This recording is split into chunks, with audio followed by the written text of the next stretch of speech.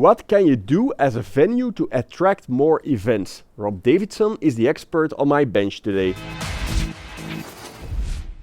Hi Rob, welcome to our studio. You're an expert in the field of getting people to book events in a venue. So this episode will be very interesting for venue owners.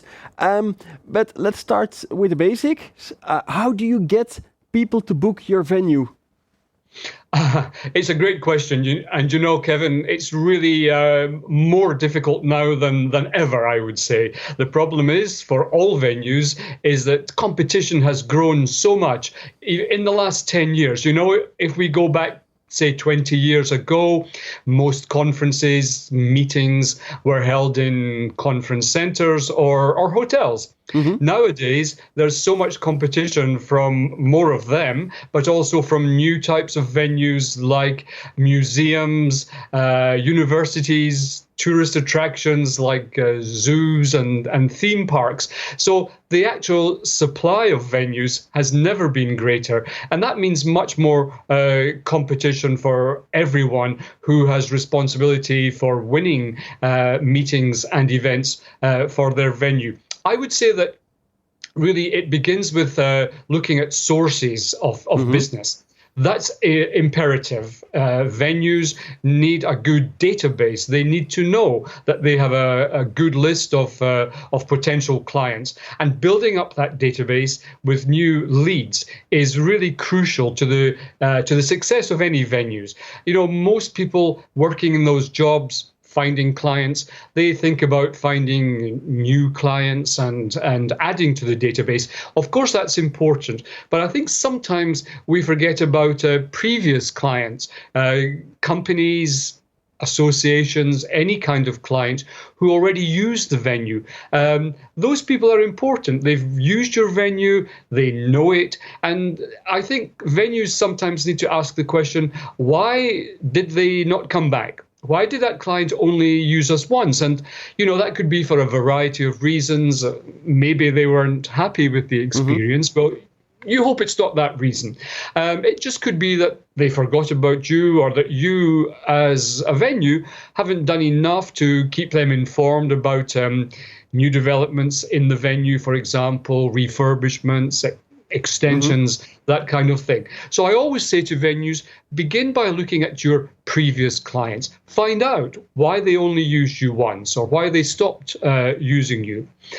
And then there are the existing clients who regularly use the venue for their meetings. Now, I often think, again, venues don't make enough of those clients. And there's a lot you can do. If you have a regular client, that means that they're happy with your venue. Mm-hmm. So if they're happy, they can give you a testimonial, a written testimonial, just a paragraph, yep. or maybe a short 30-second video testimonial, just to say how satisfied they are with the video and how they would recommend other meeting planners to use it. Because, you know, meeting planners, they listen to each other much more than they listen to the people responsible for marketing mm-hmm. the venue. Now, yep. that's testimonials, referrals. Companies have many people organizing meetings. Maybe you're dealing with just one department in that company. So can you ask them to refer you, to recommend you to other departments? Then, of course, there's the new clients, which everyone enjoys finding. And that's all the techniques that good salespeople know in venues. Desk research, of course, using the internet to look for potential clients. But I think I would say that probably the most important tool is actually your website. The mm-hmm. venue's website. That is the venue's shop window. It's where meeting planners go first, long before they contact you in the venue. They want to have a look at your website to see what's on there. And they will judge your venue by the quality of that website. So I always say to venues, make sure that you're using your website well, that it's easy to navigate. Meeting planners can find what they want very easily, like room sizes, for example. But do more. If you have testimonials, I want to see them on the homepage of the venue. If you have recommendations, put them there so that meeting planners visiting the website see those very early on. Blogging. How many venues do a regular blog? Not many. And yet it costs nothing. Interesting blogs that are something useful to the client will always get clients to be visiting the website. Something useful to them, not marketing messages about your venue, but something like 6 tips on how to organize a green meeting, for example, or simply something like the chef's latest recipes.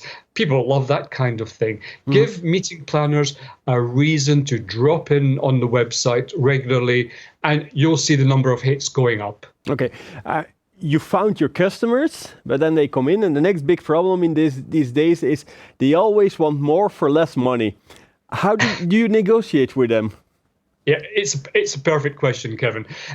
This is the crux of the matter, the negotiation. Now, in my opinion, a good negotiation is a win-win situation when both parties leave the table with an agreement that both parties feel they have given something, but they got something as well. So it's all about preparation from the point of view of the venue salesperson. A venue sales manager going into a negotiation needs to prepare. It always reminds me of the song by ABBA, "Knowing Me, Knowing You." Don't worry, I'm not going to sing it here, but it's a great song. It's a great song, and it tells you everything you need to know. Knowing me, knowing your venue. The sales manager should know the venue inside out, its strengths, its weaknesses, its unique selling points. They should be ready for all questions that will come up in that negotiation, but also knowing you, the client. What types of venues have you used in the past? What kind of budget do you have? Of course, people won't always tell you that, but you can guess from the kind of venues that they're looking at what type of budget they have. But most importantly, what are the objectives of the meeting that they're planning to hold? No one in this day and age just has a meeting because, hey, it's a long time since we had a meeting, we better have one. There's always an objective or more than one. So getting to know those objectives is essential as well. And then you go into the negotiation with all your ammunition, all your good arguments about how your venue is the most suitable one. You can go into that with good arguments. Now, you mentioned price, and of course, it's a big question. The buyer, the client, will always want the best price for them. My advice to venues on that score is try to move the focus away from cost to value. Try to emphasize how your venue is going to add value to that person's meeting. Now, the easiest thing in the world in that negotiation situation, from the venue's point of view, is to begin to lower your prices. Everyone loves you when you lower prices, but it's the worst strategy. Cost cutting is never good. It's not good for the venue.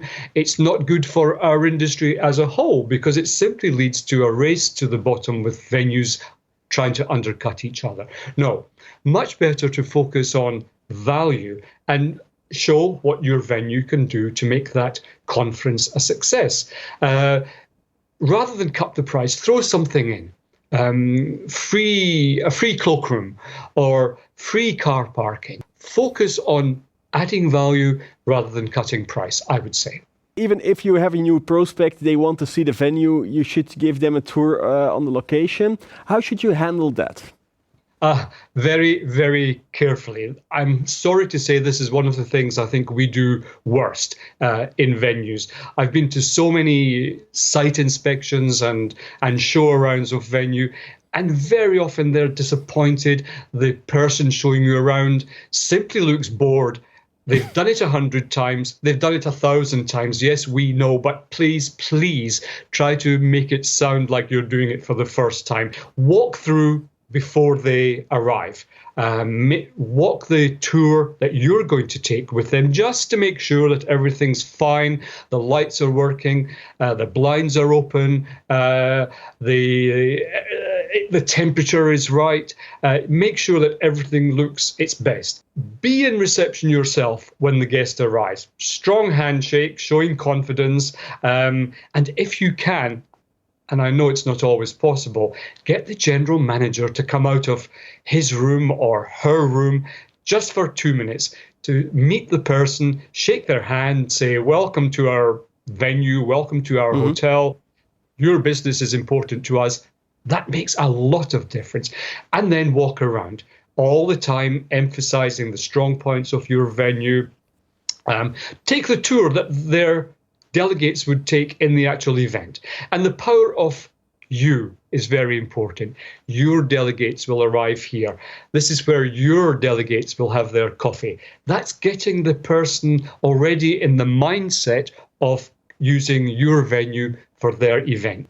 And then at the end, farewell. Is there anything you'd like to ask? And a nice email. Thank you for your time. Thank you for coming. The follow-up is just as important as preparation. But there's so much to do on better show-arounds. People who want to know more on the subject, I understand you wrote a book on the subject?